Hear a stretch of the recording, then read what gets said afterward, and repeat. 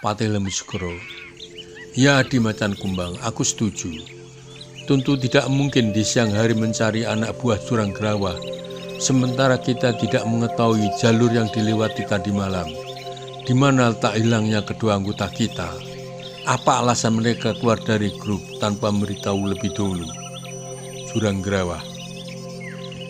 Paman Patih, kita berenam merupakan satu kesatuan. Rasanya tidak mungkin mereka berdua meninggalkan regu kita. Patih Lembu Segoro. Ya, nanti kita pikirkan mengapa demikian. Kalau suatu yang tidak mengikuti perintah, aku memahami. Tetapi ini ada dua sekaligus, berarti ada kesepakatan di antara mereka. Selanjutnya, bagaimana keponakanku Durmagata dalam menghimpun pasukan? Durmagata. Masih banyak paman orang-orang yang setia kepadaku untuk membantuku memberontak kekuasaan Raja Mataram. Mereka aku serahkan kepada pemimpin kelompok yang menghimpun pasukan dan melatihnya. Pada kita perlukan, mereka siap. Patih Lembu Segoro. Baiklah, apakah Nulinggo Kertapati sudah menyanggupi memberikan bantuan pasukan? Durmagata. Sudah, Paman. Pasukan dalam perjalanan secara sembunyi-sembunyi karena jauh, dipimpin oleh Nulinggo Kertapati sendiri. Mengemban tugas. Pagi itu, sesudah sarapan, Taat Sugriwa bersiap menerima tugas yang diberikan oleh Jack Danu untuk mengumpulkan data tentang kekuatan lawan dan apa saja yang terkait dengan penculikan Ambar, dengan diberi arah kemana saja oleh Boy Gatot dan Hambali yang sudah pernah tahu sebelumnya. Dengan pakaian kombor model petani dusun dan uang saku secukupnya, Taat Sugriwa berjalan kaki sebagaimana biasanya menelusuri jalan desa. Taat Sugriwa di waktu senggang selalu menyempatkan diri berolahraga berlari dan berjalan kaki sehingga kuat berjalan kaki sejauh yang dia mau. Pertama kali Taat Sugriwa mampir di kedai makan yang diceritakan Boy Gatot. Dia memesan teh manis dan pisang rebus, kemudian beberapa dibungkus. Dari kedai ini, Taat Sugriwa mendengarkan percakapan orang tentang hantu Patih Lembu Segoro bangkit dari kubur yang menuntut balas kepada orang-orang yang tidak mengakui Durmagata sebagai Raja Mataram.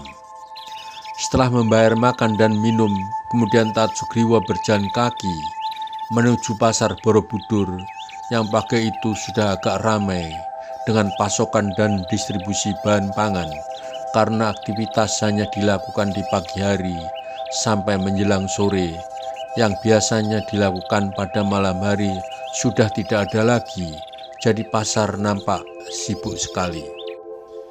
Di depan pasar Borobudur, Taat Sugriwa duduk termenung, belum tahu apa yang ia harus lakukan, karena baginya sangat asing bila dibandingkan dengan keadaan pasar besar Kota Malang di zamannya tahun 2012. Orang lalu lalang.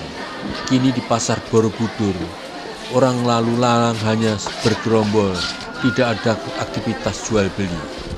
Pada saat Taat Sugriwa tersenyum membayangkan dirinya yang ganjil, datang seseorang kepadanya dengan pakaian kombor. Maksud kami dengan pakaian kotor, sebagai penyamaran agar tidak menarik perhatian orang di sekitar. Orang itu berbisik. Raden tertarik masuk prajurit. Taat Sugriwa. Untuk apa aku masuk prajurit? Apakah ada perang? Upasewu. Kenalkan dulu, namaku Upasewu. Anda siapa? Taat Sugriwa.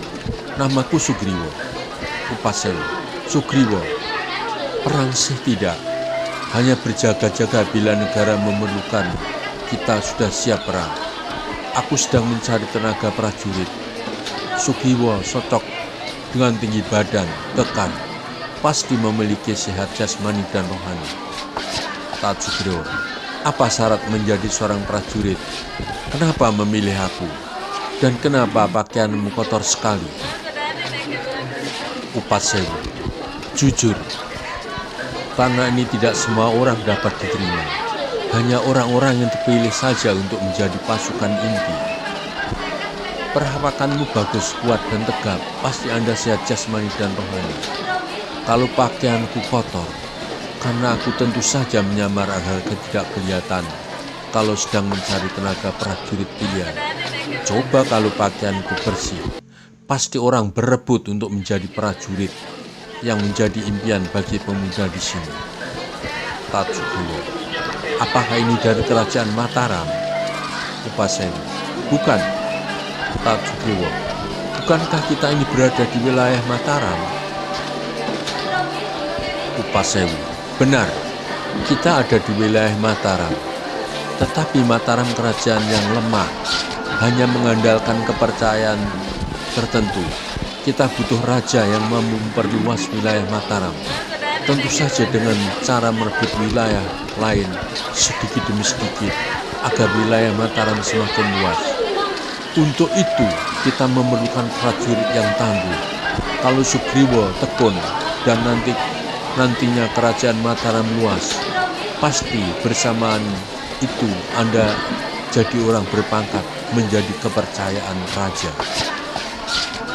Tak Sugriwa, aku tertarik dengan tawaranmu, tetapi aku harus minta izin kepada orang tuaku dulu.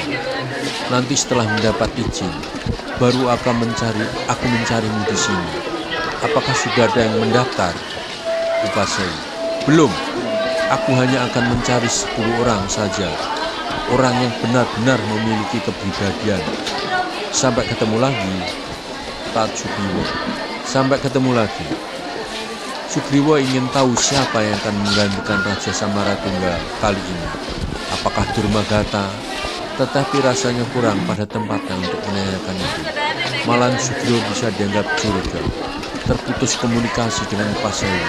Tetapi Sugriwa masih meyakini pasti Upasewu dari kelompok Durmagata.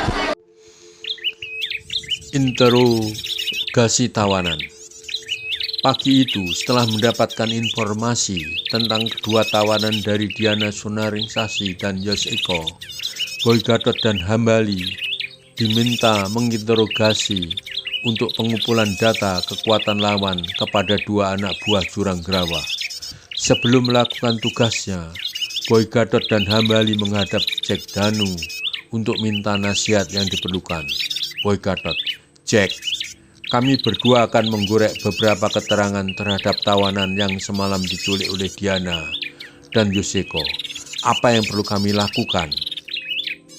Jack Danu, Boy dan Hambali, apapun yang menjadi keputusanmu terhadap kedua tawanan tersebut, aku apresiasi. Yang terpenting bertujuan mengurangi kekuatan lawan dengan cara memecah belah kesatuan mereka dan tidak ada yang terbunuh. Boy Gatot, oke Jack, akan aku lakukan. Kemudian Boy Gatot berpaling kepada Diana. Diana, bila nanti aku kasih kode suitan, segera kamu datang. Bila memungkinkan membebaskan mereka setelah aku mendapatkan keterangan yang berharga. Diana Sunaringsasi, oke Boy, aku tunggu kode suitanmu.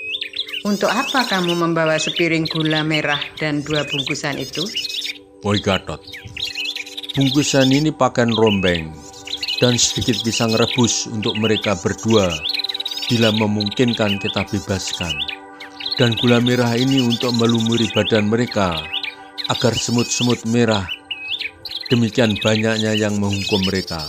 Pasti mereka lebih takut menjadi santapan semut-semut merah daripada kita yang menghukum. Buktinya dulu kita ampuni, sekarang malah membuat onar. Hahaha. Sepiring gula merah ini bertujuan untuk menakut-nakutin mereka.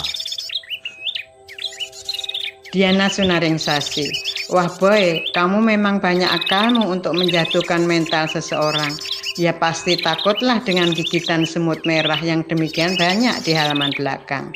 Tadi malam, saat kami meletakkan mereka di kamar belakang, Jose tergigit semut merah. Kakinya masih terasa sedikit gatal, apalagi digigit oleh ribuan semut merah.